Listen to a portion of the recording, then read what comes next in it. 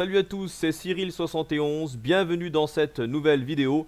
En ce mercredi 16 décembre 2020, on se retrouve pour un nouveau point météo et on va parler des prévisions et de la tendance à venir, notamment jusqu'à la semaine prochaine, c'est la semaine de Noël. Et on va voir un scénario plutôt intéressant se dégager sur les modèles de ce soir, qui sont dans l'ensemble plutôt en accord. Alors, il faut, avant de commencer ce point météo, rappeler qu'on a une vague de froid importante sur l'ensemble de l'Amérique du Nord. Vraiment anomalie froide très très importante. On a également l'autre anomalie froide du côté de la Sibérie. Mais celle du côté de l'Amérique du Nord va nous influencer de plus en plus. Et notamment déjà, vous voyez que cette dépression très creuse au sud du Groenland, elle est liée à cette vague de froid en fait, puisqu'on a un système de basse pression qui s'est décroché de cette vague de froid du côté du Canada et qui donc a développé cette dépression qui est propulsée par le jet stream sur l'Atlantique Nord.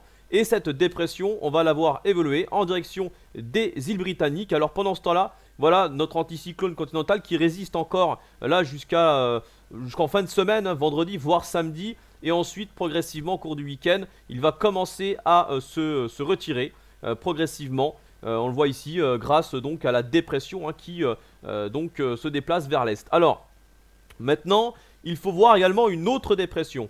En ce moment, on a une tempête de neige sur une partie des États-Unis, entre l'Oklahoma et l'État de New York. Cette tempête de neige est liée à la dépression que vous voyez ici en bas à gauche.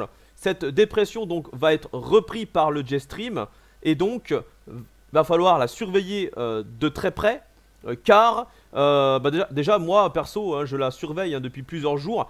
Elle est très intéressante et très importante. Elle va jouer un rôle très important notamment sur la semaine prochaine, la semaine de Noël. Donc on va voir son évolution. Et là on voit que les modèles ont du mal à se mettre en accord effectivement par rapport à cette évolution là. Mais ce soir on a quand même un scénario qui commence enfin à se dégager. Donc cette dépression, voilà, on voit très bien qu'elle est à l'origine d'une anomalie froide dans des latitudes quand même assez au sud, vraiment même très au sud par rapport à la normale.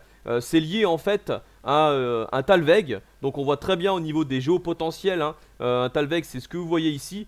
Voilà, donc on a effectivement une zone de basse pression bien prononcée, c'est signe d'un froid important en altitude.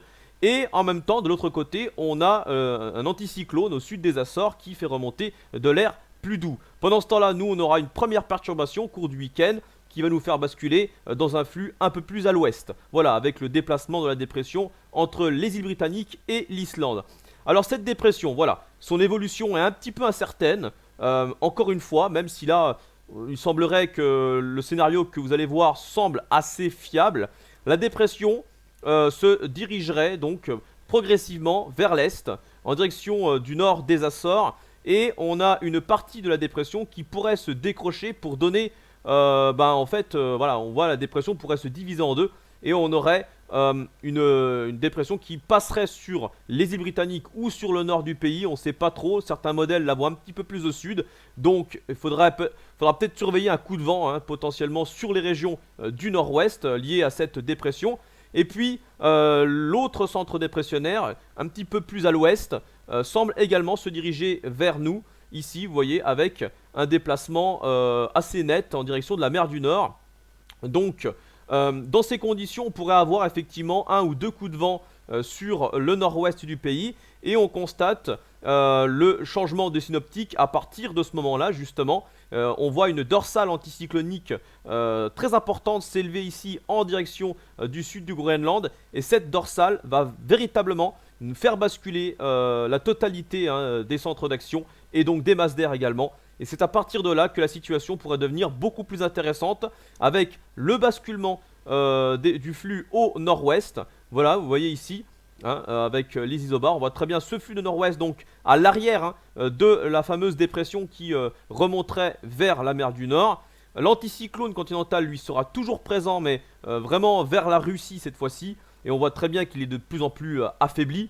Pendant ce temps-là, on a plutôt de bonnes conditions. Alors, pour l'instant, je ne peux pas dire si le froid sera humide ou sec, notamment donc pour Noël. On voit très bien ici à l'approche de Noël, donc des conditions qui vont être dans un flux de nord-ouest. Mais l'anticyclone, on le voit, il est quand même assez proche. Le blocage anticyclonique prévu du côté du Groenland est très faible, hein, très affaibli, il est chahuté et on voit que finalement les autres dépressions qui arrivent d'Amérique du Nord semblent de nouveau le bousculer et donc rabattre une dorsale sur nous. Ce qui veut dire que le refroidissement qui aurait lieu donc en fin de semaine prochaine, c'est-à-dire pour Noël, serait un refroidissement sec. Voilà, encore une fois, malheureusement, ce serait sec, donc peut-être quelques flocons, mais ça sera confirmé parce que ça va être compliqué avec ces conditions de dorsale anticyclonique.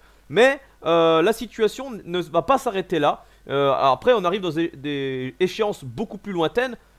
Mais il semblerait quand même que cet anticyclone ne s'installe pas véritablement hein, sur la France et même sur l'Europe. On va voir que c'est des pressions très importantes de nouveau revenir vers la mer du Labrador vont permettre, on va dire en quelque sorte, d'avoir une situation plus tard dans des flux de nord-ouest assez récurrents.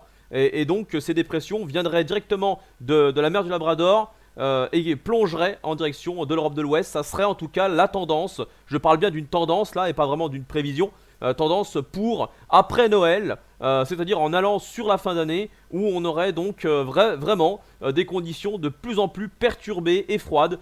Et donc même si pour Noël là on aurait plutôt un froid sec, le froid humide pourrait arriver après. Voilà donc ce qu'il y a à retenir ce soir sur les prévisions. Merci d'avoir suivi cette vidéo et ce point météo. On se retrouve prochainement pour faire un suivi de tout ça. Bonne soirée, ciao.